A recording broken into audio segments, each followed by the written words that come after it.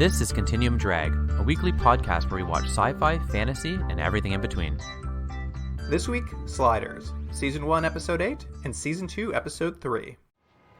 You're the other Rembrandt. No, I'm the real Rembrandt. No, the real Rembrandt, the crying man, is dead. And you are clearly not dead. No, I am the crying man. I only faked my death because I wanted to get out of the business, okay? Now I've shared my little secret. What's yours? We're from a parallel dimension. The imposter's not an imposter. He's really you. Say what? Welcome to Continuum Drag, the podcast trapped on the astral plane.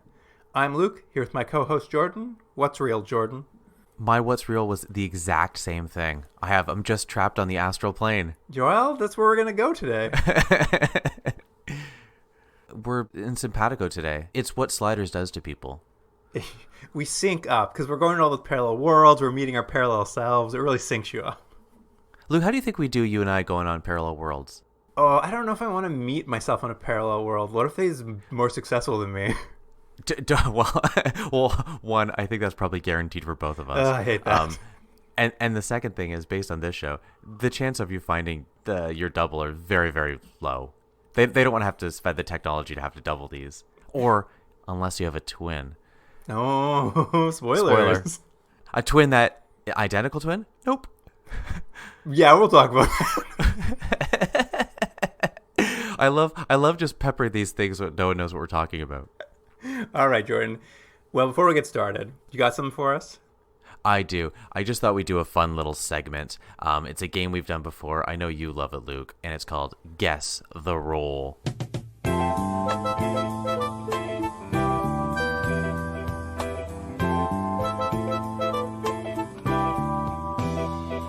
Oh, good. I love this game. And what it is I've just picked some random roles that the lead actors in our show have done in the past, and see if you can guess who did what based on just their appearance, on their past work, or anything like that. Off topic, but have you ever read the AV Club's random roles interviews? I have, yeah. Those are always so good. I like reading character actors being asked about like something they did like 30 years ago, and they're like, oh, I forgot about that. It is interesting, because it's a better thing than just like, hey, tell me about Indiana Jones one more time. It's like, Harrison Ford doesn't want to tell you about it. He doesn't care, you know? He's over it. He's over everything. Yeah, he's over everything. He just wants to fly one of his planes into the ground. Too soon. So what I've done is I actually picked 5 actors, and the 5th actor I just thought is a little bonus, because there's going to be an actress name. Now, I don't know her, and I don't know how to pronounce her name, but her name's Carrie Wooher? Wuhrer? Wuhrer. I don't know how you pronounce that. Wooher. Weir? I don't know. Anyways, for seasons 3, 4, and 5, she's going to be a major character. So she has actually more episodes than some of our cast members who are going to be leaving soon. So I thought I might as well add her in. So it's just a fun bonus that just to kind of throw a little bit of a wrench in this if it's too easy for you. Because I made it a little bit easier, so I think that you can actually get a good score on this. No, that's nice of you. So again, 5 actors. So just to remind you, you got your Jerry O'Connell, who plays Quinn Mallory. You have Sabrina Lloyd, who plays Wade Wells. You have Cleveland Derricks, who plays Rembrandt Brown. You have John, how does he pronounce his name? Rhys Davies? John Rhys Davies.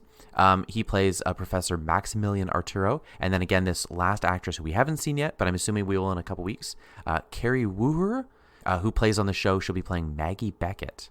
Maggie Beckett. Look out. Maggie Beckett's coming. Wow. Yeah, that's what the promo sounded like on Fox. I think she's the one they replaced Sabrina Lloyd with when they said we need someone sexier. I think that's who she is. That makes sense. Yeah, so there you go. So we'll see if that's the case. All right, so again, 5 roles. The first role, this person played the role of Natalie Hurley in 45 episodes of Sports Night between 1998 and 2000. Do you remember that show, Sports Night? I do, and I happen to know that's Sabrina Lloyd because it's a very good show. Okay, so let's say that's your guess for the first one. We'll see how your score does at the end. I'm pretty sure when she was like disgracefully removed from Sliders, I think that's where she ended up, and I'm like, what an upgrade. That is an upgrade. If that's the case, I'm not saying you're right, but if that's the case, yes, it's a big upgrade. This person, and this only because this made me laugh, this person played the role of a kid at beach, also uncredited, In Police Academy 5, Assignment Miami Beach from 1988. It's got to be Jerry O'Connell, right? Okay, that's your second guess. Also, by the way, this title has way too many colons because it's Police Academy 5, Assignment, Miami Beach. That's got to be just a gag, right? Police Academy writers are like, this is hilarious. I don't know. I mean, it's as funny as probably Police Academy 5 is. Next one, the role of Charles in 19 episodes of the series Taya from 1993, which I was not familiar with. I'm surprised I'm not, because that was my time of just watching TV. Oh, I think this will be, how do you pronounce his name? Rembrandt? Oh, Cleveland Derricks? Yes, Cleveland Derricks, thank you. Okay. And the next role, we have the role of Denise Kullberg in the 1997 classic Anaconda. Oh, well, that's got to be Carrie Weir or whatever her name is. Okay. I didn't know she was in that movie. I only remember J-Lo and one of the Wilsons. And what's his face? John Voight? With the scar on his face? That's right, John Voight. Doing an accent? We don't know what. I don't know. Who knows? Doing cocaine, probably. Yeah. And finally, we have the role of Bouchard in Grizzly 2, The Predator from 1983. Now, you have one actor left, and that would be John Rhys Davies. Do you think yeah, it's got to be John Rhys Davies. And if that's true, I want to watch this bear too. Okay. So, you, my friend, scored 5 out of 5. A first. Yes. 5 out of 5. And that's especially impressive because one of these actresses we haven't even seen. So it was Sabrina Lloyd in Sports Night. Jerry O'Connell did play the uncredited kid at beach in Police Academy 5, Assignment Miami Beach. Cleveland Derricks was playing the role of Charles in the series Taya, but I'm not familiar with that show. And Carrie Wooher did play Denise Kullberg in Anaconda, so for anyone, they should go back and watch her. I don't even know what she looks like. And then John Rhys Davies was in Grizzly 2, The Predator, which I love because, what do you think? Grizzly 1 is just probably Grizzly. Yeah. But now he's a predator. It's before movies they knew they were going to be doing a whole series and they have like a title. You know, it wasn't like Grizzly, The Beginnings or whatever. Right. But I mean, Grizzly 2 is a little different because Grizzly 1, the bear was a predator. Like, that's what a bear is. But in Grizzly 2, he's now a sexual predator. Could you imagine? Yeah. Hey, you know what? You never know. I think we should watch it. Maybe it was a TV movie and we'll watch it for the podcast. I gotta say, Jordan, 100%. I'd like to see my successful double in a parallel universe do that. Guaranteed not. But that's a really good segue, huh? The best there ever was, Jordan. Here's the IMDb summary for Season 1, Episode 8. The King is Back. In a world where Rembrandt was the king of rock and roll, and where impersonators show homage through his fashion sense, the Sliders must team up with his double to save him from a crazy and jealous former bandmate. Okay, there's a couple things I want to say, and we'll talk about this as we go. But there's 2 things that were a little disappointing about this episode. One, I actually weirdly wrote the note ahead of time before we started the episode. I said, the show surprisingly isn't doing enough, at least that we've seen. Maybe they've been episodes that we haven't seen, but enough of the sort of fun 2 people playing the same role kind of thing in TV. It's always kind of fun. Sometimes it works better than others, but that's sort of like either there are 2 people fighting that are the same person, or you have that sort of Clark Kent Superman thing. They have to be in the same room at the same time, but they can't. You know, there's different ways to play this. And I was like, how come the show hasn't done this? It seems like it's like right there in front of them because they're going to worlds where they're doubled, and they keep always having to have throwaway lines of like, oh yeah, Quinn died. They're off cheating on someone in Spain. And you're like, what? Why don't they just like always have that like fun awkwardness where they have to sneak into someone's office? You know, they leave the office and like, didn't you just leave? Like, no, I forgot something. Like, that's fun. That's fun TV. And for whatever reason, they don't really want to do it. Then we have this episode. I'm like, there's gonna be doubles, and do they do it? For one song and dance. So yeah, it's not really there. You would think, I was watching this episode having these same thoughts, Jordan, that a big selling point of this show to the actors would have been very much like, what's the Canadian clone movie or TV show? Oh, Orphan Black. You think that would be the thing. It's like, you're going to get to play a character, but it's going to be like different every time. You're going to have a lot of fun playing variations on a character. And that's really not what this show's that interested in. No, and this episode in particular, and I'll just say I liked the second episode better than I liked this episode. it just this episode, it's just nothing really comes together, or it's like, and it seems to be a thing through the show overall, where it seems like they're rushing to the end, like it's like they're not that interested in the story they're actually telling. It's like, well, then tell a different story. It does that make sense? Yeah, I see what you're saying with this episode. Well, let's get into it, and we can kind of break it down as we go. Okay. Interestingly enough, it sort of starts, which I think is a good move for the show, as I if you're agree. at the end of an episode, and Quinn's in handcuffs. He's being tried for the graffiti that his double on this world did, and the sentence is death. Yeah, and so, but it's just a real like quick cold open, and so like just as he gets sentenced to death, you hear that they're going to be sliding in a few seconds, so they like get into a quick fist fight. He escapes, and they all are able to jump through the portal, or what do they call it? The slide Oh, I portal. believe in this episode they call it a vortex, but I prefer to think of it as a slide hole. That's what I write in all my notes. Slide hole. I like slide hole too. Let's do that. It is good. It's in the middle of a like packed courtroom, wind's blowing, people's hair's blown back. It's a fun scene. Yeah, and I agree. The fun thing about this is that it even expands all their journeys, right? Because they don't have to do a whole episode. They go, oh, there's also a world where frogs are in charge, but you don't actually have to do that episode. You just imply They're it, chased and then by they get frogs, out. and they got to jump in the slide hole. Done, and that's it. And I thought that was good too. I tell you one negative about this though is in an episode like this, I think that previous episode where there's some sort of like very authoritarian government, I think that's a more interesting episode than the one we get. Well, the next Earth they land on, they discover they've got 3 days for the next slide, a far more reasonable amount of days than we've seen previously. Yeah. What was the last one? It was like 6 weeks or something stupid like that. I think, wasn't there one they were there for like 3 months? Yeah, it's just dumb. Yeah, this is where it should be. It should be like a day or two, just so you can they can get their feet wet in the world, solve whatever problem it is, and then jump back out. That's reasonable. And when they sort of land, we're always looking to see what the big clue is going to be. They're not on their Earth. And I was so confused by sort of, because they're walking around, and as they walk around, everyone stops to point and laugh at Rembrandt. Not anything but point and laugh. That's correct. I know. It's weird because it doesn't make sense. to what the it episode's doesn't gonna make be. sense to what we learn. Yeah, because well, at first it just looks like they're laughing at all of them, and you think, are they dressed weird? Are they walking oddly? Is there something about their mannerisms? But what it is they're laughing at him because they think he is a Rembrandt impersonator who's apparently the most famous pop star He's of the all Elvis time. Presley of this world. Yeah, and they're laughing at him because he's doing such a good job or such a bad job, but what's weird about it too is like, even if it's funny, like you're like, oh, it'd be so weird to see like you're saying an Elvis impersonator just walking down the street looking and dressed entirely like Elvis.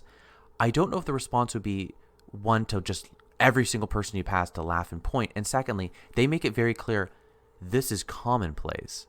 That like a ton of people are dressed like this. So what are they laughing at? Well, it's just that if you saw an Elvis impersonator, you would definitely like turn your head. But would you stop, point your finger directly in his face, and laugh hysterically?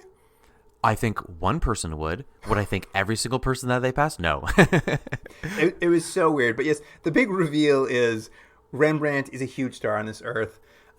So big that he's still the crying man on this earth, but he also has garnered the king as a acronym, which I know. I like that. I like that they are, because they had already established the crying man, but someone was like, well, they have to know that he's like Elvis, so he's the king. I was like, okay, sure. good work. So there's no Elvis on this earth, I take it? No, because there's no one to be listening to Rembrandt. At any rate, it has been 8 years since the death of the Rembrandt of this world, and apparently he died on a sponge fishing accident, and his body was never recovered. Oh, ominous. I know. But this is kind of what he's seeing. He's seeing a world where people are dressing like him, people love his music. It's all like a big thing. Like everyone, I think at some point they're like, oh, we just assume you're an impersonator because there's a convention in town in honor of the anniversary of his death or whatever. And a lot of this is given to us courtesy of what apparently is a recurring character, a very young Will Sasso. I know. It was weird because he looks, obviously very similar to his Mad TV days, which I think came out probably not too long after this, if not around that time. I don't know when Mad TV started, but yeah, it's funny because in the next episode which is weird because it's how many episodes do we have? It's at least a few after this. Well, this is season 1, and then we come back to season 2, and he's still playing an innkeeper in San Francisco. I know. I can't tell if that was just like they liked him and we're like, let's bring him back. Like, wouldn't it be funny if we also made him an innkeeper and made like some consistency in this world? Because at first I thought, did they block shoot this? But no, there's no way they did. I'm wondering now, because we're skipping a bunch of episodes, just watching the best ofs, maybe a bunch of these little characters, maybe they're always popping up and we just haven't watched enough to know. Who knows? We can't. That would be fun if you do see that consistencies in the world. But yeah, it is funny that he shows up twice. It was the thought I had in my head. There's a little bit of just like a mild complaint in the back of my head as I'm just like, if they're always going to San Francisco, why not just have a cast of characters who are like everyone in the pilot, like the guy from First Wave, why isn't he just in every episode, but like as a different, like a variation of that character? But I guess maybe they are starting to do that on the show. Like it seems maybe they do have like hidden characters who keep popping up. Well, yeah, who knows? Maybe every time if we go back to the university, I know I only say this because she was pretty prominent in one episode, which is Arturo's secretary. Maybe if they go back again, it will be the same secretary again with a different hairdo or something. I'm not sure. Well, we'll see. Well, we've got 85 episodes of this to watch, so we'll find out. I mean, we're only going to watch 7 of them. But... There you go. Close enough. 85. At any rate, what happens very quickly is a news report comes on after they check into their motel, and someone has captured home video footage of the 4 of them walking down the street. And of course, the news is reporting that Rembrandt, the king, the crying man, he's back. He's back alive. They can't believe it. And they're also, when they're watching the tape back, they're also speculating that maybe Quinn is Jim Morrison. And then Arturo's Pavarotti. Yeah, apparently the still living Pavarotti. They're like, and maybe this is Pavarotti. And my favorite part is they pan to Wade and they're like, we don't know who this is. Who knows? I'm like, what? What? Well, they couldn't think of any famous women. That's why. But here's what's weird about that. I didn't get what the joke was. Was the joke that, or maybe there's no joke, is it that they kind of look like these people? They were like, hey, these actors kind of look like these people, let's just mention it? Or is it that the news people, the news media are bad at their job because they just start thinking everyone is? I didn't know what was the joke there. I think the joke is like a tabloid headline you might see at the grocery store in 1980 where Elvis Presley lives, and then you might be like, right, and he's hanging out with Jim Morrison on the beach, and they're, they just look at the actors like Jim Morrison, kind of like, maybe you could maybe say Jerry O'Connell could play him in a movie. And then, then they just take a cheap shot at John Rhys Davis and say, he's large. He's a large man, so he's Pavarotti. The writer's room just takes a cheap shot. And on a separate note, don't you always feel bad for an actor when they do stuff like that? Because they even have to have the line later on. He's like, I don't look like Pavarotti. But then they kill it. And by having him do a really bad stereotypical Italian accent. Yes. Did you love that part? He does. When he's asked if he's Pavarotti, he's just like, do I sound like Pavarotti? I'm an Englishman. Pavarotti is an Italian. And then he talks like Super Mario from the Mario Brother game. He's like, do I sound like this? Anyways, Luke, what did it sound like? A lot of A's at the end of every word. And let me just digress for a minute. There's another thing that comes up here, and I'm sure you noticed it, Luke, because I think we've discussed it before, which is Wade and Quinn. They sort of, for the beginning, the first episode we saw, sort of played up like, ooh, will they, won't they? They're two attractive heterosexual people. Maybe they will get together. And then they've sort of played it, and we thought they're guaranteed a couple because in one episode he's like drying her hair after she comes out of a shower, which seemed like a very intimate thing to do.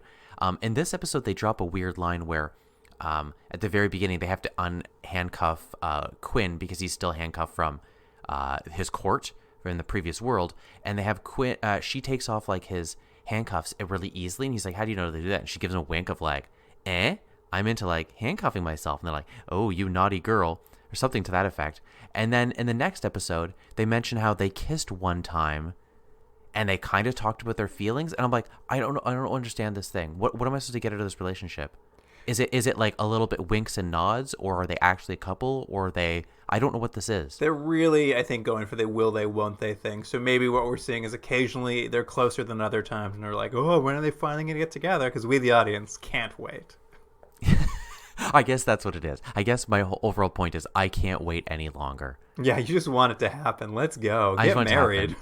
I know. And finally, come on, guys. It's been several episodes. You've slid through many, many worlds.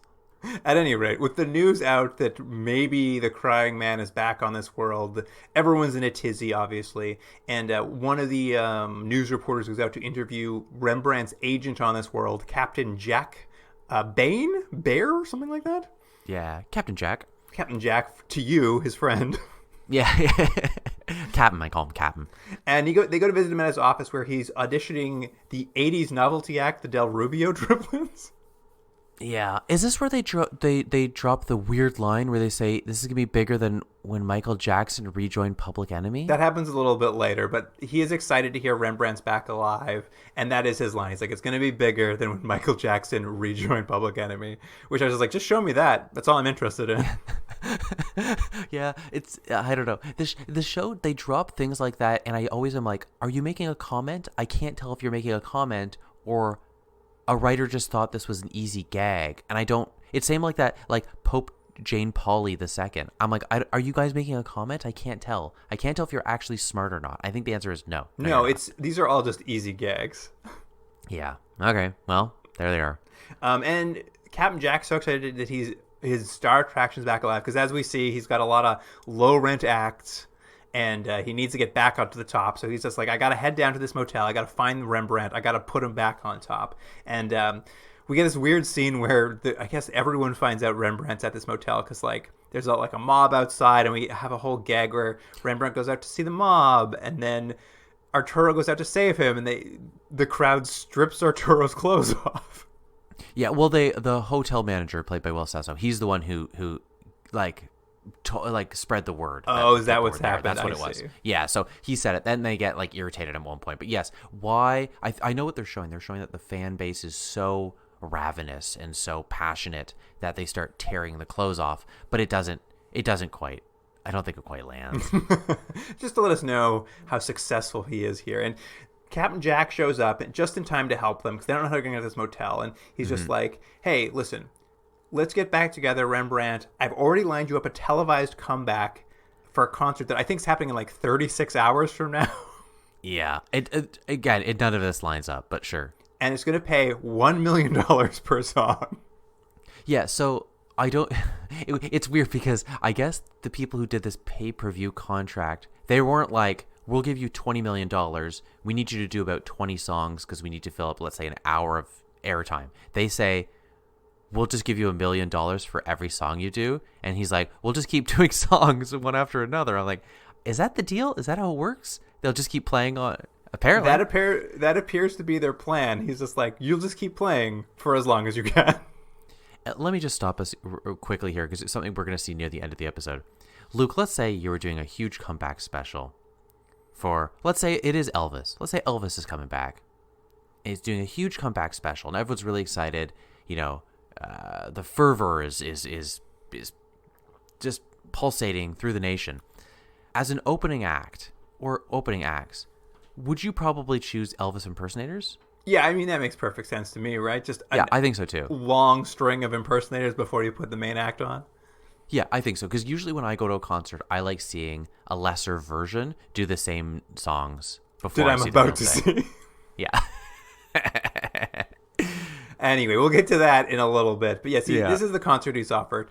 $1 million a song to come back, for Rembrandt to come back on stage. And obviously Rembrandt's stoked. He's ready to go. And as he sort of says to the sliders, he's like, yeah, I remember this guy from our world. When I went solo, he offered to rep me, and I turned him down. I guess I made a mistake the first time, so I shouldn't do it the second time.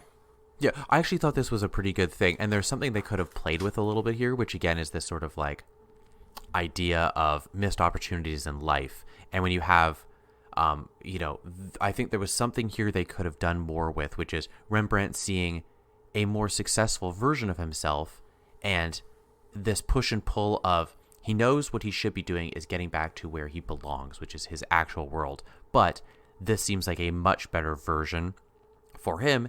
And in this world, he has made choices that, different choices that seem to have worked out. There's a more wistful idea here, but they kind of play with it like he's like, oh, maybe I should stay sort of thing, but they don't. I don't know. It feels like they're racing to the end so they can jump to another world because they're not that interested in the story. Where I'm like, there's something here. You just need to focus on it a little bit. Yeah, there's practically no character development or arc for Rembrandt. He gets here, he finds that he's famous, he's excited. I think he immediately is just like, I'm staying. Like, I don't think it takes him any time to decide he's staying.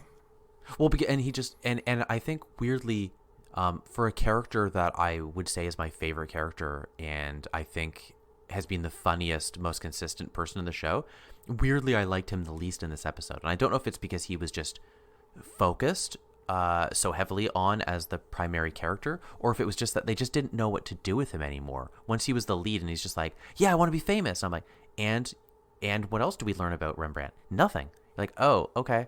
Yeah. That's it. All you learn is he feels bad he wasn't as famous as he would have liked to be. Yeah, that's about it. I mean, at any rate, back to the plot, like Captain Jack sneaks them out of the back of the motel, and as they're leaving, Rembrandt notices his old convertible parked in the loading bay, the one from the pilot that got left on Ice World. He's very excited to see it, but he's almost immediately attacked and kidnapped by his former bandmate Maurice Fish, and like dragged away in the back of this convertible because I don't know. And I don't know how you feel about this, but we're going to see quite a bit of this Maurice Fish in a lot of scenes. I don't know why I found this character so unwatchable. I don't know what he was going for, but I don't like it. There's something, and I don't know. I'm not saying it's offensive because I don't know what it would be. I just don't like it. Don't like it at all. Yeah, we'll get into it, but like they're doing Maurice something, right? Fish is basically just supposed to be like a crazy ex-bandmate who's kidnapped Rembrandt because he wants Rembrandt to sign a piece of paper stating that he's stolen all his songs from Maurice and that Maurice was the true talent behind him. This isn't true, it turns out. Like, this is just like, it turns out he's a crazy person who is committed. So like, there's not even like anything interesting around the idea that this Rembrandt did steal someone's songs. That's not the case. Yeah. He's just like been given the task of like, you're completely unhinged and you're not very interesting as a character. And we just have to keep going back to you being like crazy. And, you know, he's doing the best that he can with it. He's at like 11 at all times. But I think you're right. Maybe that's what was kind of irritating me, is that there's probably something here they could have played with, which is, yes, you see that the other version of you was more successful, but the choices he made to become successful maybe weren't that honest, or he had sold his integrity a little bit to get there. And there, again, you could feel bad for this other guy, this Maurice guy, because if that was true, but it's not, it's just a stopgap before we get to the end of the episode. So this guy can like kind of like parade in front of him at 11 for a couple scenes, and I'm like, okay. Well, it's just mental illness to no effect. It's just mental illness as joke. Maybe that's what it was that kind of bothered me. I was just like, this is not good at all. Yeah. At any rate, with Rembrandt kidnapped with 36 hours of the concert, they're quite concerned. But Captain Jack won't call the cops about the abduction because Lindenberg, baby? I don't understand what that meant. No, I don't know either. They just throw out lines of something you kind of know about. You're like, I remember that, sort of. Like, anyways, moving on. I guess because the Lindenberg, did it die? Is that what happened? I don't know. Yeah, I only vaguely remember. I think it was abducted, and they were trying to get, I think, money for it, but the baby was already dead, I think. Yeah, it's just so weird. He's just like, should we call the cops? He's like, no, Lindenberg, baby. And then the camera turns and Arturo's like, he makes a good point. I'm like, what? What, Arturo? Does he make a good point? Yeah. And is it near here where we meet, we find out that the real Rembrandt is alive? Yes, well, this is just it. Is Quinn happened to see the license plate on the cars that drove away. Cry Baby is the license plate. Yeah. And he's able to use a computer to like backtrack the license plate to its owner, Maurice Fish. And at this exact moment, for some reason, Rembrandt of this world, who had been living in a cabin in the woods after faking his own death, has decided to come back to town just to find out what the hubbub is about. Well, he basically is like, they're saying the real Rembrandt's coming back, and he's like, how could the real Rembrandt be coming back? Yes, I have faked my death and have been living in hiding for 8 or 9 years, but this is enough to bring me out. Which, again, didn't quite work. Like, what it really should have been is, what happens later, we're going to find out, is it should just be the money.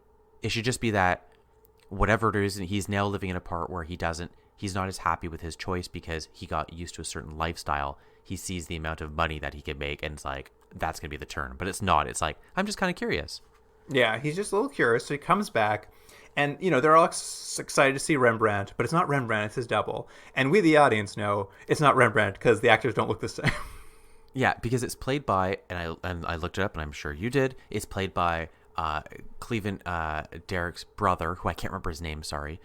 Who I will give this is his twin, but they're not identical twins, and they're close enough that you know they're related, they're brothers, but they don't by any stretch look like the same person. So it's a weird choice. Like it's a fun idea that you would get in, back in the day, if you had to have a kid actor and you have two of them, two twins, so that you can have them work insane hours. But this, it just didn't really work because they don't look exactly the same. Well, it's funny because I think that's a famous story from Terminator 2 is that, what's her name? The star of Terminator 2. Linda Hamilton? Linda Hamilton. She has a twin sister. And so that's right. For a few scenes, they were able to use her twin to stand in to like do double work for that. And I think that premise is fine for use of a twin. What they do in this episode is it's when our lead Rembrandt, the Rembrandt we see every week, is not in the scene, he could be playing his double, but he's not. His twin is playing the double. So I know. What we have is, and it's not that he's even doing a bad job. Like, he's an actor. I think he's doing a fine job, the twin. But it just doesn't, it doesn't have any relation to the character we've seen perform so many times. Like, it doesn't make sense why you wouldn't have No, I know. Actor. It's because they want to have that scene, which we are going to see, where they're both, because what we're going to get out, big spoiler for a show that's been off for 20 years, is they're going to have a scene where they both are singing on stage together. So they wanted this sort of dynamic performance where you have the two of them, like, song battling each other. But you can but have you're right. that still. I know. You could have had that. They just decide that they want to give this guy those scenes, but you're right. It should have just been Cleveland playing the roles because he would only have to do that one role. It doesn't make sense. It doesn't make sense because the twins aren't on screen for 90% of the episode. Why is his brother, who doesn't look like him, walking around for he's on the episode as much as Cleveland? And I like that you as an audience have to suspend your disbelief on just that they don't look the same, and all the characters are like, "What? Where did you show up?" I'm like, "Well, he doesn't look anything like Rembrandt," so you wouldn't be surprised. Jordan, I told you I watched that making of last week for the podcast.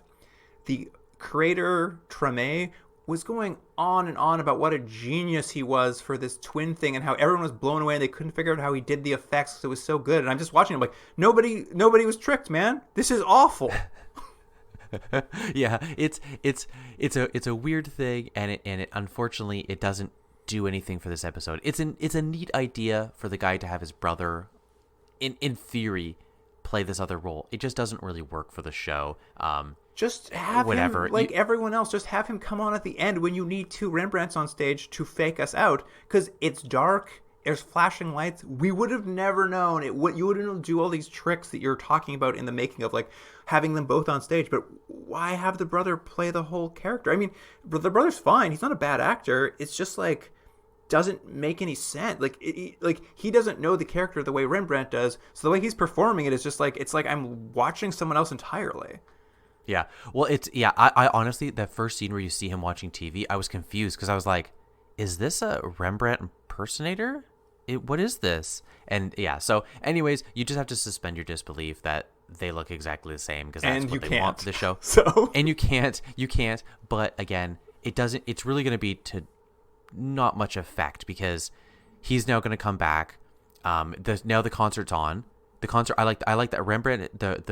As Captain Jack knows and everyone else knows, Rembrandt is still missing. They go ahead with the show. Not only go ahead with the show, it's on. That's the thing is. Basically, Rembrandt comes back. They explain to him how parallel this double Rembrandt comes in. They explain to him how parallel universes work. He's like, whatever, I don't care. And they're like, well, that's let's just say that's a response everyone has because I know why. Because they don't want to spend time every episode having someone take the time is to convince someone, and show them a series of things that make them convinced that this is true. So every episode, everyone's very blasé about it. They're like, yeah, okay, it makes sense to me. You're like, okay, sure. And they tell this double Rembrandt that their Rembrandt has been kidnapped by a Maurice Fish, and he's like, uh-oh, I had that guy committed to a mental institution, and he hates me now. He's definitely going to kill your Rembrandt. And they're like, well, good news. I pulled his address out of the computer database, so let's go. And Jordan, Where do they go with the address they think their friend is being held hostage at. I'm trying to look at my notes. Do they go? I'll tell you where they go, Jordan. They go Where do they straight go? to the concert that's currently in progress live on television. They just go right there, and what we get to see is that these, like you said, impersonators are just on. Captain Jack's running the show as if, I don't know what his plan is, because Rembrandt's not going to show up. He's kidnapped. Well, it seems like the plan is every time they have to delay, they put on another impersonator, and apparently the crowd is fine for that.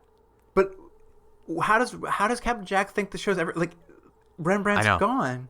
I know, it doesn't make any sense. Well, this episode is such a mess because they want to do a bunch of stuff, but I don't even know what they want to do. Is the whole point to learn that Rembrandt should have learned that his life is fine? Is the point that his double on this world should have learned that he should have appreciated what he had? Is it that there's no point. How There's money no- is evil? There's no point to any of this. So There's you no just point. go stuff happening, and I'm like, oh, this is bad, guys. And let me just say, we knew that from the beginning of the show when we were doing the very preliminary research about Sliders. Was this producer Tracy Treme?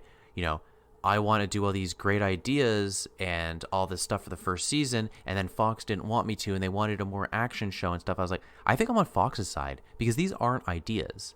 There's no great idea here. Like, this is not, I hate to say it's not always the same, but the granddad of them all, this is not Star Trek Next Generation that had great ideas and then thought of a plot around it. There is no idea here. It's not even a fun episode, really. No. I mean, anyway, my point here, too, at this weird concert that's happening, is we see this concert in progress, and none of it makes any sense. Like, what is happening? How's it in progress? What does Captain Jack think is going to happen? Who knows? And then the Sliders take Captain Jack aside, and they're like, Captain Jack, we just stopped by to tell you we've got the address for Rembrandt. And I was just like, that's why you came here? Yeah. That's probably a rewrite thing where they're like, oh, wait, there's a hole we have to fill there. It doesn't make sense why they would have gone there in any way, shape, or form. And then they leave and they go to the next spot, and you're like, all right, they're going to get on with the show. And the next spot is a house Fish used to live at, where they meet a woman who maybe Rembrandt knows. Like, it's never clear. Like, it's Maurice's it's his ex-wife. It's Maurice's ex-wife, and Rembrandt knew her because it was his old band member. So he had a tangential relationship with this woman. But they keep playing it like the two actors playing it are doing a fine job, and they're playing it like maybe they have a romantic history too. But it's all just there to fill another 5 minutes of a show that they run out of ideas like 15 minutes ago, because they're like, oh, well, here's his address. If you go here, you'll find him. I'm like, what did I just watch? Yeah, so they go to the ex-wife for some reason, and I guess she confirms that he is unstable. And they get a new address.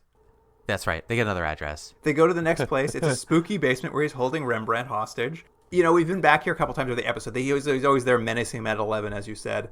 But, they immediately overwhelm Morris Fish and save Rembrandt. Do you think this would have been a better episode if the tension was, for whatever reason, there's this big concert, and they have to do the concert for reasons, I don't know what those might be, and the whole episode is them trying to find Rembrandt because they need him to perform and pretend to be his self because they're going to die or something. Is that a better episode, or is it worse? It's a little maybe more concise. I mean, at least has clearer stakes anyway. Well, that's true. At any rate, very easily overwhelm Maurice Fish. They get him out of there, and one of the let me say really quick, the thing I like, though, you're saying they overwhelm Maurice Fish, and then you have Wade and Arturo go, let's get him out of there, and they take him up the stairs. I'm like, where are they taking him? Is this a citizen's arrest? But they never speak about it, but they just need him out of the room. So, like, they're taking him somewhere? They just leave him on the street, I think. I honestly don't think they do anything about him. It does lead to maybe the best scene. I think the best scene of the episode for me, anyway, is where Rembrandt and his double finally meet. Yeah, of course. And they have a nice conversation, actually, about how when he sees him, I think Rembrandt's double was skeptical of parallel universes, but as soon as he sees himself, he's like, okay, well, this is true. And he's like, I see the difference between us. It's like, you're still really hungry. Like, you've been striving, you've been trying to make it work. He's like, I had my fill of success. I quit this because I tasted it all. I was overwhelmed by it, and I had to back away. And he's just like, but you didn't get that, man. I think would have driven me crazy too. And he basically offers, he's like, you can take over my life. I do want you to have it, actually. I'm going to go back to living the way I was, and I want you to have this. Like, you need this now, and I want you to have it. And I was like, there's a sweet idea here. Here's something interesting happening. Like, we're finally into a twig of an idea, but it's really only happening in this scene. Yeah. So basically he says, like you said, I'll go back. You go do the show. Rembrandt goes. And him and his friends are at the concert, and he's like, I'm going to do the show. And he basically says to them, I'm staying. And they're all kind of like fine with it. They're all like, it's okay. We like you. This is probably the world you should be at. So they're like, I guess he's going to do the concert. So he goes out to a rapturous crowd. They love it. He starts doing his numbers. They love it. And again, maybe there's a plot there where it could have been that he's not the performer they thought he was, but that's not what it is. Like, he's great. I have a question for you about this whole thing. And I think it has something to do with the fact that this show hates the fun and games of their own ideas. Mm-hmm. But Rembrandt landed here. I think they said they're here for 6 days. It all seems to be happening in about a 24-hour period of time, almost like 48 hours. Rembrandt's double became successful and wrote hundreds of new songs. Rembrandt is getting up to perform, knows none of those songs, hasn't learned them, has had no time to learn them. I'm like, what is he going to do when he gets out there? He doesn't know any of the songs. They do sort of drop a line earlier on with Captain Jack where he's just like, you can do this song and this song and this song. And the guy's like, yeah, I know these. And he's sort of mentioning his old songs. I think they're implying he's going to do just the one Rembrandt knows. I know, yes, it doesn't make sense because he would have missed, who knows, 20 years of hits. But whatever, he's doing his songs. It's just like, that would have been the fun and games of just like, this guy needs to learn these songs. Like, that would have been a fun scene of him having to learn 20 years of songs he didn't write. Again, would it have been a better episode if he came out and the crowd didn't like him? I guess it didn't matter. They're so excited that he's back that no matter what he did, they would be happy. Anyway, none of that matters at all. He goes out there, crowd's loving it, it's going great. The Rembrandt from this world drops by just to say, tip his hat and watch kind of the new Rembrandt take over. And he's talking to Sliders. He's like, he's doing a good job out there. And I think Wade, I probably says it. She's like, I admire you, double Rembrandt. If someone offered me $1 million a song, I sure wouldn't walk away from it. And like, as soon as they say $1 million a song, his head like spins around. He's like, $1 million a song? Which again, didn't really make sense because he just had a conversation that like, he sort of realized money and fame and everything wasn't enough for him, and he had enough of it, and it didn't satisfy him in the way that he wanted it to. But then suddenly this is enough money that's a turn for him, because what we're going to get is he's like, what? And then he leaves, and then while Rembrandt's singing, this Rembrandt comes out. Again, you can tell the difference in them because they don't look the same, and they both sort of do competing songs, but it's the same song, but they're competing, like doing one better. I will say, the double Rembrandt is more of a showman. He does a better job. And so what happens is the Rembrandt from this world, the one who's been in hiding for all these years, basically grabs the microphone and is like, hey, thanks everyone. I just want to say thanks to this guy who's the best impersonator we've ever seen. And he's clearly fake. So I'm going to continue the concert. And Rembrandt, I guess, is like so shamed that he got there first by saying that he's like, I guess I'll get off stage. And he just does. It is funny. I really had me wondering. I'm just like, why does this $1 million song, I get it, $1 million song, that's a lot of money. But he'd still be wildly wealthy. He was the most successful performer on Earth. Even if he faked his death, certainly he's still wildly wealthy. Like, he's clearly taken it and put it in somewhere, right? Yeah. So, I know, it doesn't make sense. He probably has, like, hundreds of millions, but he's like, but that 20 million I might make. Yeah, 20 songs I'm going to sing tonight. That really put me over the top. So, yeah, so Rembrandt's like, I guess I'm done. And he goes on, and just as they're going to slide out, he's like, well, I guess that's the end of this. Yeah, they try to comfort him by saying, maybe he'll be even more famous on the next world. And then we like hard cut to the next world they slide to, and they're selling ice creams in crowns because they're the kings of ice cream. Yeah, which doesn't make any sense. It's stupid. But don't you think there could have been a great learning episode for Rembrandt here, where maybe he learns what he's been striving for all this time is not what he wants, and he could have grown as a character, and then this is not his major character point going forward, that he wants to be famous, because like I think we're beyond that now. There's all kinds of better shows. You've been bringing up like possible alternate plots. Mm-hmm. I like also, when I was watching this, was writing my own plot for it, because I'm like, you're going to do the double, you've got a fake dead Rembrandt, all this stuff. And even it's up to a point where, remember when he gets kidnapped, we cut, I think from the moment he gets kidnapped, we cut to that house in the forest where double Rembrandt's watching the TV. And I thought for sure what was happening was the fake dead Rembrandt on this world had Rembrandt kidnapped to find out who he was, why he was there, stealing his like legacy from him. And I thought it was going to be a thing where the two of them like get to know each other and they get to see how their lives went different. And then you could do these scenes where he's like, I want you to take over for me. Like, I think it's going to be, it'd be good for you. And he teaches him his songs and they learn like the history he had on this planet. And they go back and you could still even do the dumb gag at the end where the reveal is that like, no matter which Rembrandt you are, you're greedy for $1 million a song and he loses it or something. But it was just like, to have the nemesis be this ex-bandmate who's just like comically insane. Like there's no stakes, there's nothing interesting at play. No, it's a waste of an episode, and I'm glad that you and I both disliked it. I actually thought I liked it more before we started talking about it, and I'm realizing now I liked it a lot less than I did. Right. Well, we'll move on to the next episode, Jillian of the Spirits, which I think is a better episode. I mean, it's still Sliders, but I think it's a better episode than this one, which I think this was just a mess of an episode. I mean, we are fortunately jumping to season 2, so That's right. We're leaving season 1 behind, which was full of a lot of lowlights. And you're right, a little glimmer of hope here at the beginning of season 3, or season 2. Here's the IMDb summary for season 2, episode 3, Jillian of the Spirits.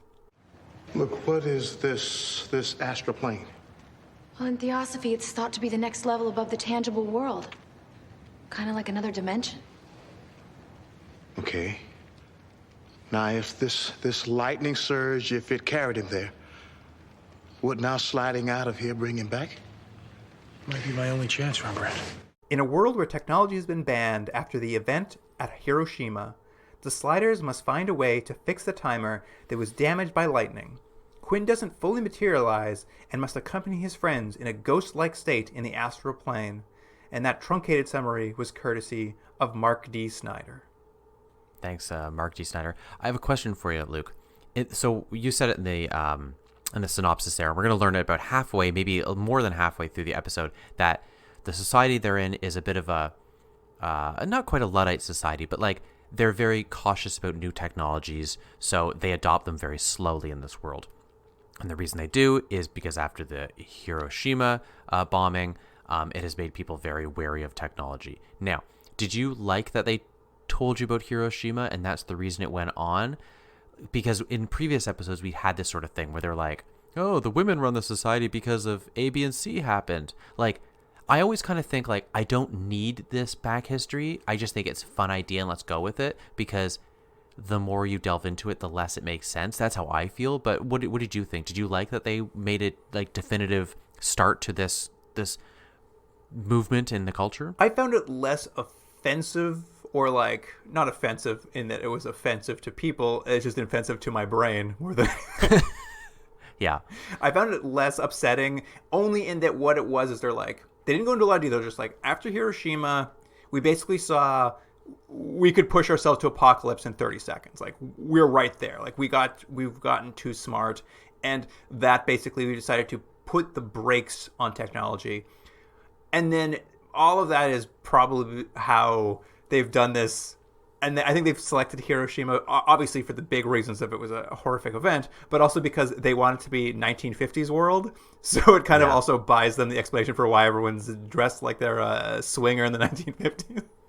Yeah. And does it work, though, if how this has worked? Is it just the United States that is decided, or is it all of Western culture? Is it the all of the world? Is it specific places? Well, that's where things get into a little bit of trouble, because it seems like it's the whole world. But yes, they keep referencing American, like, the Senate decided this, and all of a sudden I'm like, well, the Senate doesn't decide for the world. Like, I think a problem of this show, and I think it's, a problem we encounter a lot, is just like, it's so America-centric that they can't expand that explanation beyond their own borders. So it starts making less and less sense when everything's instituted by, like, the American government said this, so that's why we do it. I'm like, well, American government doesn't run the world. Yeah, I know. It's just typical of television. But yes, that's why I almost, me personally, I don't know if I even like them mentioning this sort of like Hiroshima or whatever, because I'm just like, it doesn't make sense. So just like, don't talk about it. I just think I like it not weirder. I like it when it's a little bit more nebulous, because I know they can't fill those plot holes. So don't even bother. Yeah, of the ones they've done so far, this one was I found the least offensive to my brain, as I've stated previously. But you're not wrong. Like, if you stop to think about it, you'd be like, well, I don't know if it would actually stop anything, but okay. Like, I don't know how their trade works, but regardless. But we're going to start with them in the forest, a nice Vancouver forest. It's rainy. They're on Rain World, Jordan. They're on Rain World. Yeah. They somehow all have rain outfits. I guess they got it at some point. And it's similar to the last episode. It's the cold opening. They're just getting out of a world. It's just about to zap. Not to zap. It's just about to open. And they're all like, that was wet and terrible. What's about to open? The slide hole. Oh, there we go. and the slide hole opens. They all jump through. Quinn's last. As he jumps through, he gets zapped by lightning, it looks like. Is he hit by lightning, or is... No, the slide hole. The slide hole is hit by lightning. It's enough that the timer, communicator, whatever thing does, we're going to find out, it gets like melted, essentially. And he gets zapped. Yeah, short circuits. He gets zapped. You're like, oh no, Quinn gets zapped. We go to the world they've popped in, which we're going to find. And you're saying it's like 1950s world. They're all there. Where's Quinn? He's not there, except he's off in the distance. He's like, hey guys, it's me, it's Quinn. And they can't hear him. They can't see him.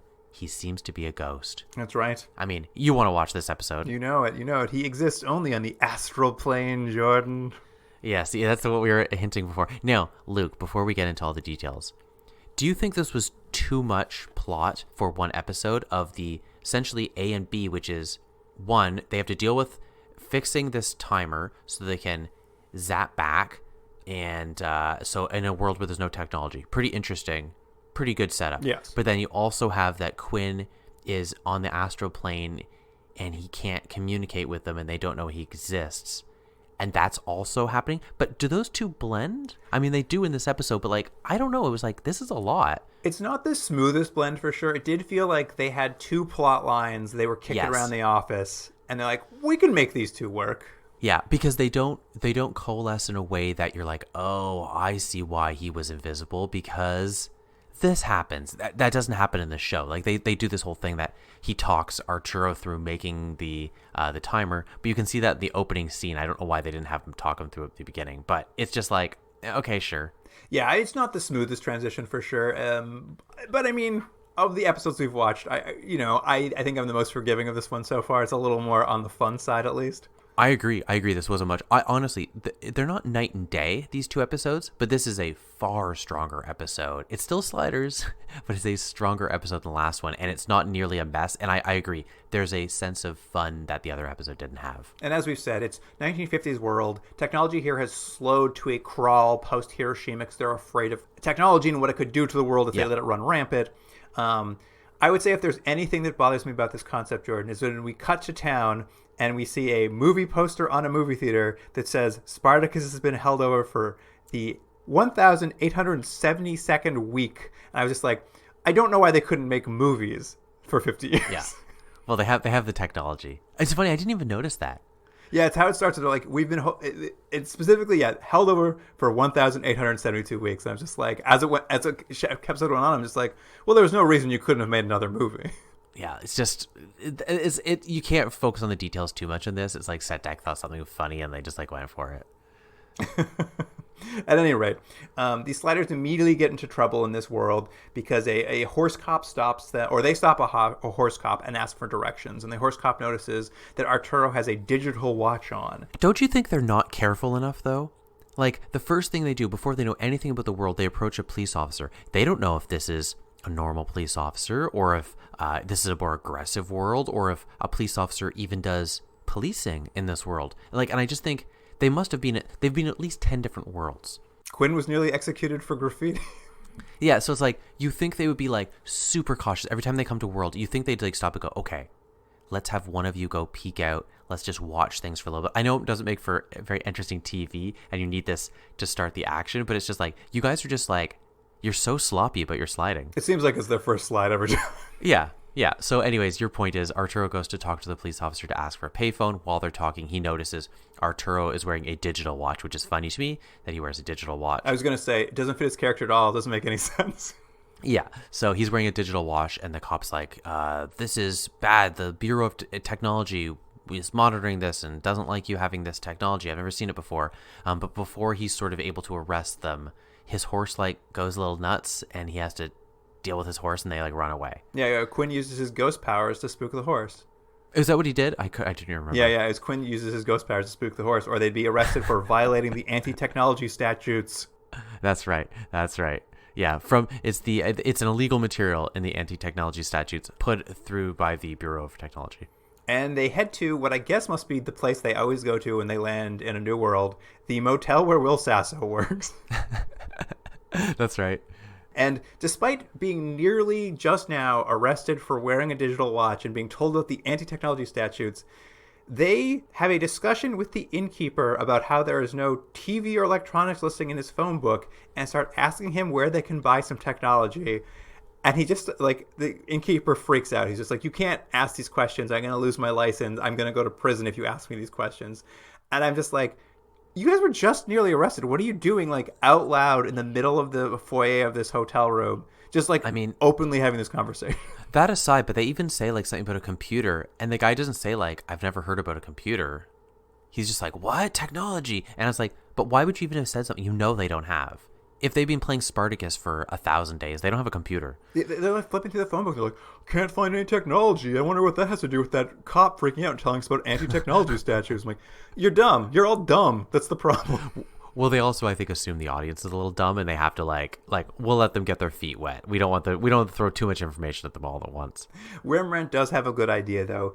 If they need to ask people about technology and kind of what's happened on this world and not get in trouble, there's really only two people you can speak to confidentially. Usually, a lawyer and a lawyer and a priest, and they don't have any money, That's right. So they should head down to the local church. Yeah, so they go to the church. Wade says a prayer for Quinn, who, by the way, Quinn is like following the whole time, even though he knows he can't talk to them. He's sort of like, he's just following them, hoping that he can communicate in some way. Rembrandt goes into the confession booth, and yeah, he talks to the priest, who does like a really bad Irish accent for some reason. Because he's a priest. Really quick. He's a priest, sure. And then really quickly, he tells them about the whole thing, technology in Hiroshima, blah, blah, blah. And he's all into the sliding. He's not surprised at all. And it's really just a way to get the audience up to speed.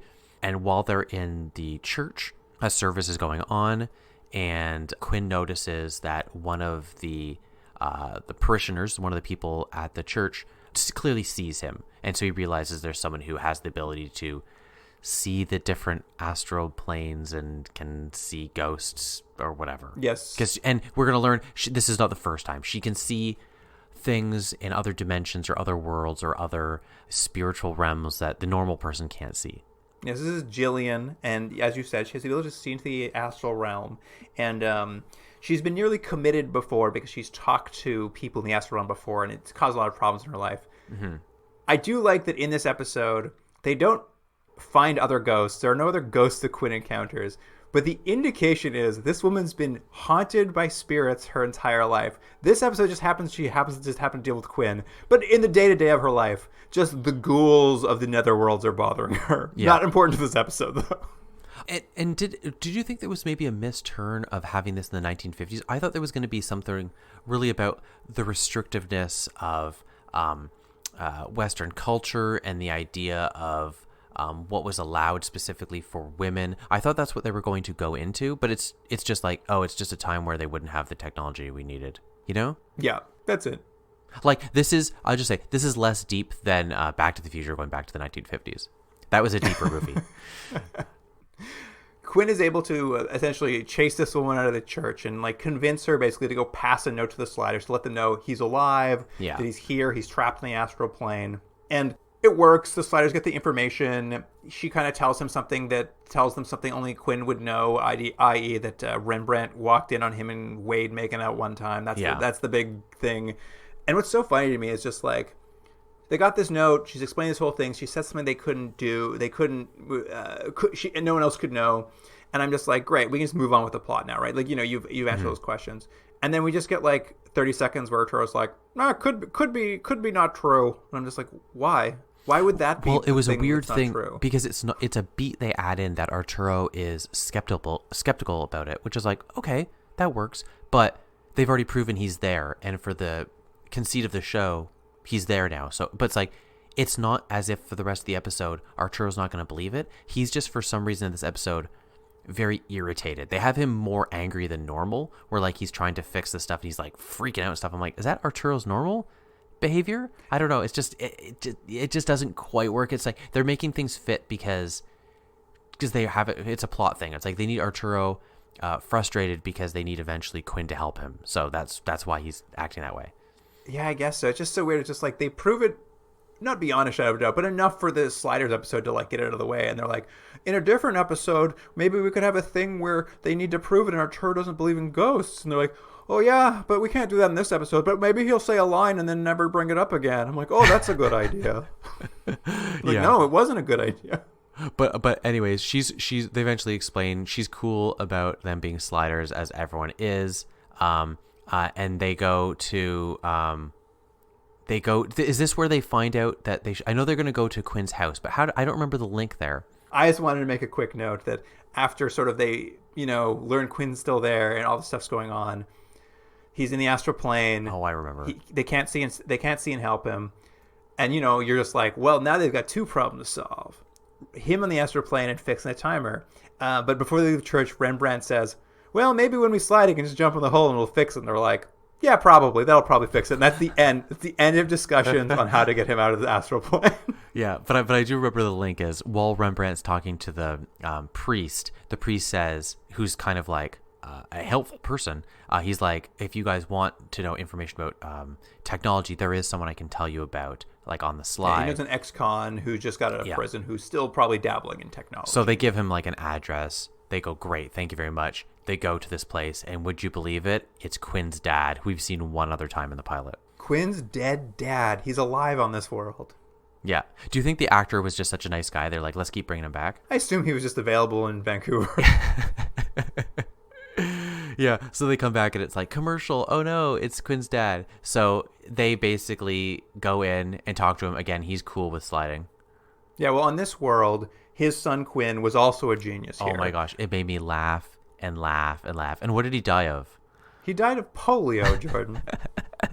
See, now you as a viewer realize, oh no, there's something bad about not adopting these technologies. They would have had the polio vaccine, but they didn't. They didn't get to the 1950s. And Quinn somehow reached the age of when he was about in his 20s and then got polio. And after Quinn died, his dad was lobbying the Congress to withdraw the anti-technology statutes, which is, again, where it gets confusing, because if the whole world's agreed to it, you can't just get Congress to pull them back. It doesn't matter. And that's why he kind of ended up going to prison. And now he's out, but he still has a little treasure trove of little technology bits they might be able to use to fix that timer. Which is also where the digital watch comes back into it, because they needed someone to be wearing a digital watch because they take a microchip out of it to fix the timer. Yeah, they're just like, he wears a digital watch, done. But because Arturo is only theoretical sliding genius man, I don't know what his job is. He's a professor. He doesn't quite know how to fix the timer. And if Quinn were there, he could explain to him that he needs to reverse the polarities. But Quinn's not there. He's invisible in the astral realm. So he can't quite fix the timer. I mean, there's something to be said about the idea is not a bad idea, which is we've seen and we've established that Quinn is a bit of a genius because he created the machine that is the slider machine. And so I get that Arturo wouldn't be that as good at it, but it just is like, it's so clearly telegraphed for the audience what needs to happen. You're like, well, he's a ghost. He's just going to talk through Jillian and tell him how to fix the thing. But it's like, there's no stakes to that. They just like leave it and then they wait till the end of the episode to do this. It's like, okay, great. I'm glad we wasted time watching Arturo get frustrated. Yeah, I mean, it's just him getting really frustrated. I can't believe you only know it as the slide machine, Jordan. Well, the slide hole. Sorry, slide hole. No, that's what they jump into. The slide machine has a name. What is it? That's the slide holio. Well done. Slide holio. It's the great slide holio. But yes, you're right. Arturo's frustrated. He can't fix it. Quinn's frustrated because he can't explain what he's doing wrong. So Quinn tracks down Jillian. I don't know how he tracks her down, but he finds her working at the 50s diner. Yeah. That's not a themed diner in this world. It's just a regular diner. I thought the exact same thing. It's just a diner. And so she works. It's the thing you, which again is kind of a fun thing. And I think they maybe should have just had this be the episode, like almost like just a Quinn episode of him trying to get back with his friends when he's astroplaning, but they have jammed it in as one of the plot lines. So these fun scenes of like, you know, you've seen it like Ghost or whatever the thing is, where the person's talking to the ghost spectral figure and they don't want to let everyone else know. There's a lot of like, shh, stop talking, you're bothering me, which is always kind of just a fun thing. They don't play it that much. They do a couple scenes of it, but this is, he comes back, he talks to her, he's like, I need your help. She doesn't want to help him, but then he like gains her confidence by essentially showing that this bully girl who's mean for no reason has stolen money, and he's able to look in her purse and show that she did in fact steal the money. Thus, he's on her side and she wants to help him. That's basically what the scene is. This whole scene is insane to me because you're right. What it is Quinn shows up and starts bothering her at work, and she has to like talk to someone who's not there. But they start the scene with this bully girl who's buying a hamburger or something. Who's mean for no Jillian reason at the cash register. And, well, she's not mean for no reason. She's there to mock her mental illness that she perceives. Like, she's like, oh, I hear you're mentally ill. And as Jillian has said, this has been a problem for her. But she doesn't walk away to talk to Quinn around the corner. She literally turns around at the cashier and just starts talking to nobody in front of the entire restaurant. I'm just like, you're not helping your case at all. And while she's talking to invisible Quinn, this girl steals like $300 out of the register and walks away. And then Jillian's boss comes out and she's just like, what happened to all the money in the till, Jillian? Did you leave the till open? And she's just like, I just walked away. I just left it open and walked away from the till. Is there a problem, boss? And she's like, yeah, you're going to have to pay me back this money you owe me. And of course, this is where Quinn goes and like looks in the purse and finds the money and like saves the day. Basically, he's just like, I didn't steal the money. See, it's in the purse. But like, well, you're still fired. You left the till open and walked away. No, she's not, because they found the money back, Luke. They found the money. The boss takes the bad girl who stole the money back to her office to call her mom. And as she's walking away, Jillian turns around. She's like, well, Quinn, I guess I owe you one now. Hey, boss, I'm leaving early for no reason. Bye. And I'm just like, she's fired. Fire her. Fire this woman right now. Jillian's a terrible employee. Barring Luke, her sight into the astral realm, fire her. She found the money. Why would you fire her? I don't understand. So, Jordan, you just leave the till open, you allow $300 to get stolen, and then as soon as you happen to find the culprit, you're like, I'm leaving early now, boss. I'm on your side. I've just been a jerk. Yeah. I know. I'm so mad. The point is she has to leave. It's just classic Sliders, though, where they set up things and they don't want to. It's as if no one ever stopped and said, but should we figure out how this makes a little more sense? It's just like, no, it's fine. Move on. It's fine. It's move on. And I would say, if you watch Sliders and you just let it wash over you and you don't pay as much attention as sadly you and I are, you can just get, a lot of this can just, as I say, just wash over you. You won't really think about it because you're like, yeah, it's fun. And when the episodes are moving at a good clip, you kind of forget about it. But when they're quite bad, like the last episode, it's hard not to get fixated on these boring things because the episode's so dumb. So you're like, well, why would this happen? Why would this happen? Because it's more interesting than the episode that's being presented. Yes, I watched the scene quite closely and was incensed by the bad employee. Anyway, so Jillian's on their side now. We know that Arturo has a terrible temper. We go back to him trying to work on the thing, on the watch/timer. Just then, they think things are going well. The dad comes in, and he's like, hey, he comes in. What is it? He comes in, and he's like, wants to see the technology. I forgot the turn.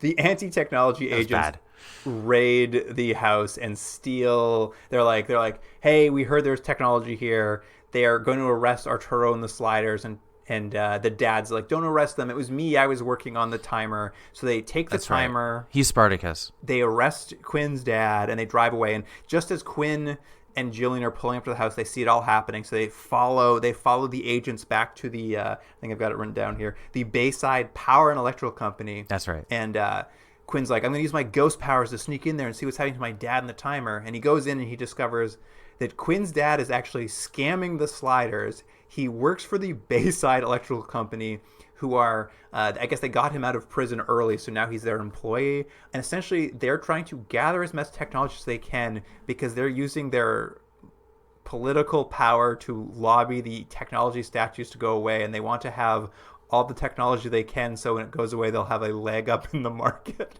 Yeah, they basically, they're trying to patent stuff ahead of time so that when things are eventually allowed, they will have cornered the market. And you're like, okay, that's not that's not a bad idea. But it is weird they do this whole like song and dance routine to fool them with Quinn's dad and stuff. But you're like, okay, we just needed that turn where he's actually a bad guy.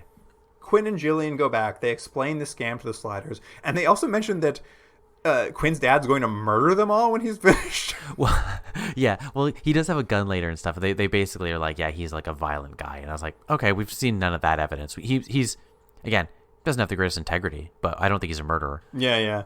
Arturo and Rembrandt go. They break into the power plant. They steal back the timer, and then, just because they need scenes to happen, they go in. It's a fun heist scene. They steal the timer. I'm not going to go into details. It's just a basic heist scene. They come back to the motel they're staying at so they can pick up the rest of the Sliders so they can go back to Quinn's dad's house to do the soldering they need to do.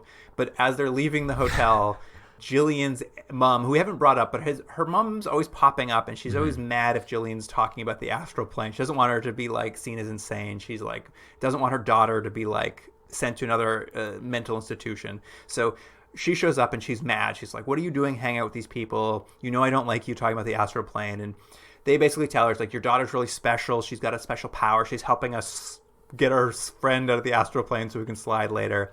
And they drag her with them to Quinn's dad's house. And I mean, she doesn't have much of a character, but I did appreciate they have a sequence here where like they can't finish soldering it because they don't have anything small enough to like finish the soldering job. So the mom gives them her like hat pin so they can finish the soldering job, showing that she has faith in her daughter. Like, it's a nice moment. I mean, in an episode that's like not earning any of these moments, but it is a nice moment seeing that like Jillian's mom, like, well, they could have seeded a few things with the mom a little bit better during the episode. It's a moment of time because they have, as we said, kind of two episodes that are jamming together that don't quite work, so there isn't enough time given to either one. So the scenes you could have had the mom being harsh, and then have her this turn where you realize, yes, she does love her daughter, and the reason she's acting this way is because she's worried about her, not because she's a bad person. They don't quite earn that, but it is a sweet scene where you're like, they got that, they look at each other and you realize, oh yes, they love each other. It's just, society has hurt them and blah blah blah, and I do like though that it's that pin and it's just Arturo, just the whole episode. I would love to just see a compilation of just him sitting over that thing just yelling. He's just so angry. So angry. But they get the timer repaired, and it's just in time, Jordan. There's only 17 seconds left of the slide. Well, they always do this, like 17 seconds, but just then Quinn's dad comes out with the gun.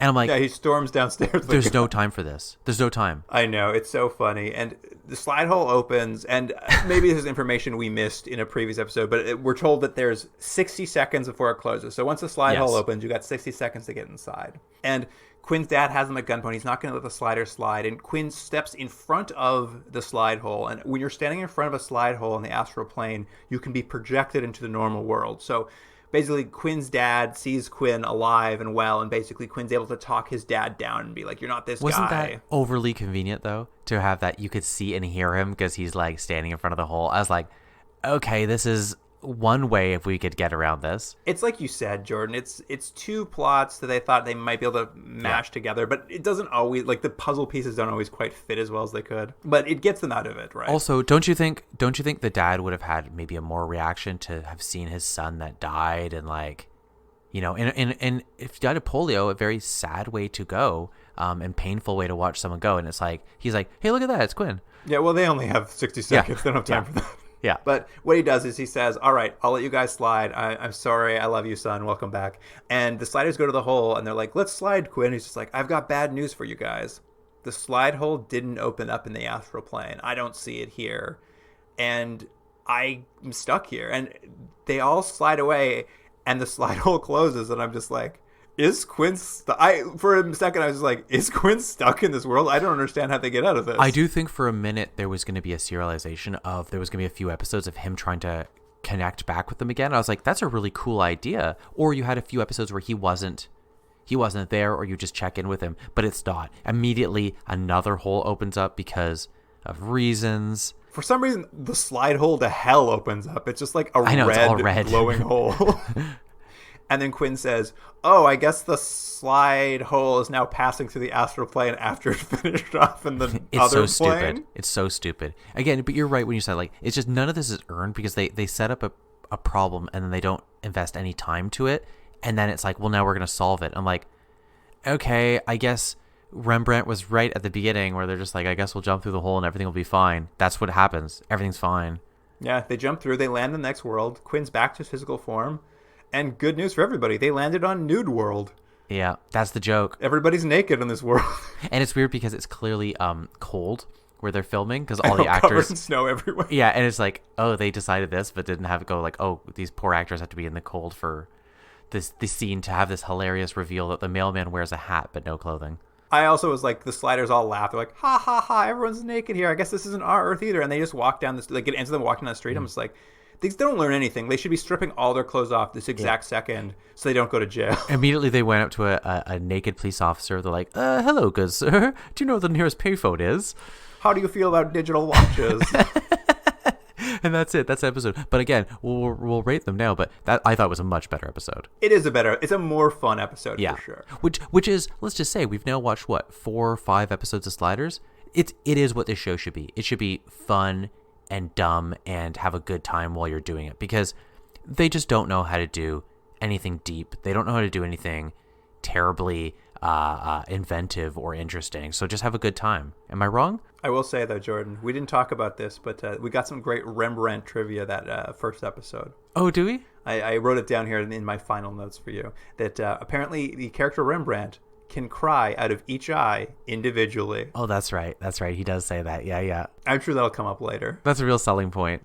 But yes, you're not wrong. I think both of these episodes are a bit better than some of the ones we've watched before, in my opinion. Really? With, obviously, Jillian's Experience being significantly better, I think, than some of the previous ones. Not, like, significantly by, like, a huge margin, but, like, it was at least more fun. Yeah. Well, let's go. What do we give episode 8 from the season 1, The King is Back? What would you give this episode? Yeah, it's not a great episode. Certainly, as we talked about it, like, the huge glaring plot holes and, like, pointlessness of it really, like, made me a little crazy. Mm-hmm. I was happy that Rembrandt got an episode. I was happy that the entire episode was based around the only thing they needed to say was just like, oh, I said no to that manager before. Like, I was just like, thank God I'm not getting an issues episode. Like, this is where they can probably have their most fun, is with just like a silly episode like this. I think they're doing a terrible job writing these episodes in the first season from what I've seen so far. I mean, granted, we've only watched 4 of the first season episodes, but uniformly, the pilot was great, and then uniformly, it was like barely thought through concepts. Yes. And this is just continuing that trend. I'm gonna go I think I'll go to 4, I guess. Yeah, I'm gonna go a little lower. I just was like, this show is just such a drag sometimes, and it's a pain when I like the actors, I like the characters, I like the concept, and they'll start something. I go, this is fun, and they go, what's the least fun way we can do this stuff? And that's what it seems like. It's a 3 out of 10 for me. Yeah, fair enough.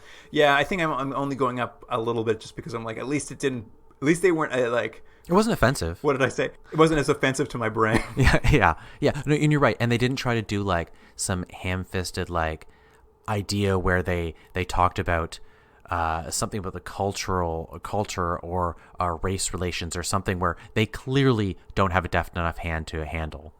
Yeah. This was as deft as they could handle, and they couldn't even handle it. Yeah. Now, a slightly better episode, I say, a Jillian of the Spirits, excuse me. So what do you think of this one? This episode has been called The Spirits of Jillian, right? Like, I can't pronounce this episode. Yeah, Jillian of the Spirits doesn't make any sense. Maybe that's a pun. Is that a pun? I don't think so, but maybe. Maybe it's a joke. It's a joke. It's a hilarious joke. Honestly, it's a better episode for what we've seen of Sliders so far. It's not much better. Like, this could have been a first wave episode. I agree. For, like, all the thought that went into it. And first wave would have at least been funner, I think, in some way. Yeah.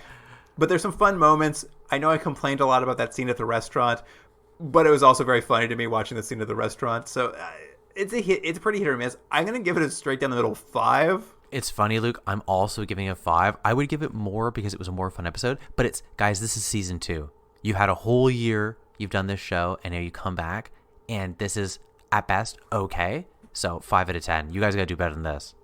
What's crazy is it is true. It's like, this is them, and they got their shit together. Yeah, exactly. But no, is it better than the first season? I would say it is, but it's not better than the pilot. No. I mean, I think they've clearly shown we're never getting back there again. Yeah, I don't think so. Who knows? Honestly, I'm now Team Fox, and I think I'm excited about the idea of changing this to an action adventure show, and let's start changing the cast. Something's got to give. Yeah, I mean, the writing's on the wall. Like, this creative team can't handle this show. And No. I mean, not to say that anything's a slam dunk, but like, dude, we all remember Sliders because I think the concept alone is fun. strong. Yeah, anything's possible. That's what's cool about this concept. Anything's is possible. It can be as simple or as complicated or mundane or as crazy. Anything. It could be anything and everything in between. And they're just like, what if Rembrandt was famous? I'm like, oh, okay, crazy. Like, do you do anything with it? Nope. No, well, like you said, you couldn't figure out why you didn't like Maurice Fish, the character who abducted him. And I think it's just a combination of it's like a pointless character that like it just doesn't make any sense. Like, it's just they needed Rembrandt to be out of the episode for 15 minutes, so that's what they chose to do. Like, it could have been anything. Yeah.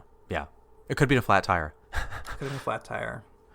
Well, Jordan, we're now 3 podcasts into Sliders, which means we're going to check that old escape pod and see if we're going to Let's do it. take the old easy way out, if you will. I don't think we are. I will punch these numbers into the continuum drag computer, and we'll see where we are. No, I think we're still ahead. I think the pilot and the first couple episodes were strong, or at least our ratings were high enough to keep us going.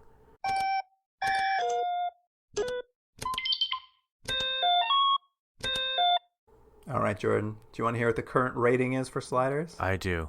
It is 5.05. Oh my gosh, Sliders, you are right on the edge, my friend.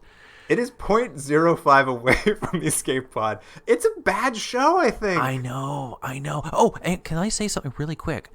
The second season, did you notice, well, one, the opening has changed slightly to show some clips from the first season. They don't go, Sliders. They didn't do it. Oh, yeah, I did make a note of that. So they only whispered Sliders for one season, but that's all I remember. That's all anyone remembers. Again, this show, you guys, it's not a very good show, and I hope it gets better for our sake for having to watch it, but it might not, and without some major changes, this is just kind of like a not very good show, which I remembered fondly too. I watched it, I thought it was fun, but it's just I was young and dumb, I guess.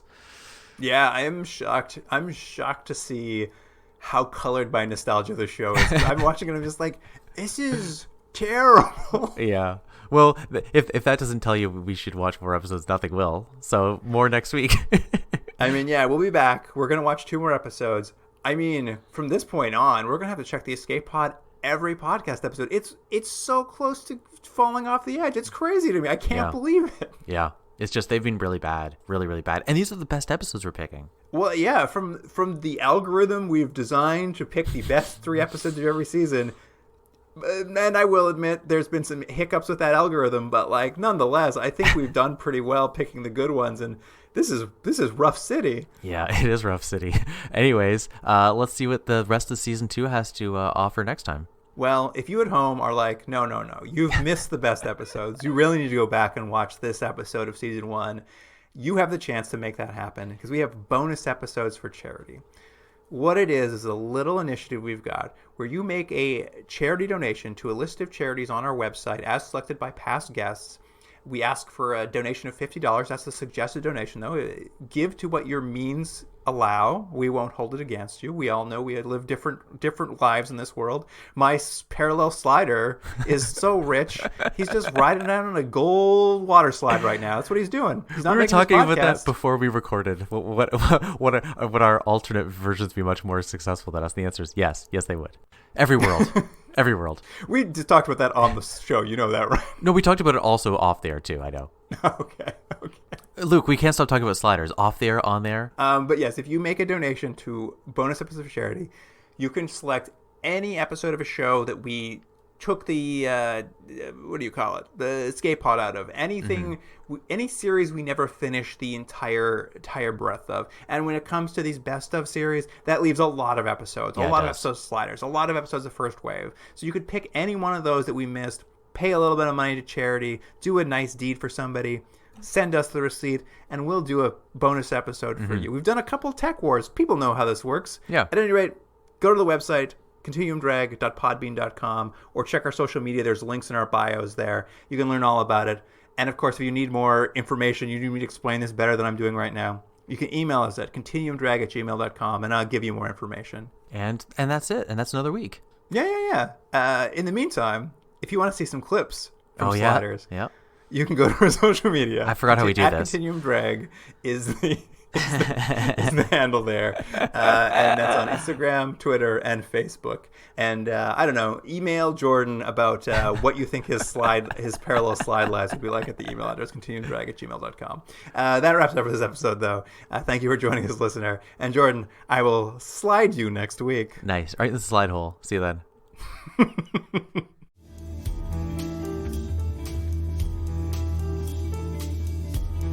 Continuum Drag is recorded in Toronto, Ontario, and Seoul, South Korea. Theme music by James Rick Seidler. Produced by Jordan Delick and Luke Black. Special thanks to Aaron Yunes.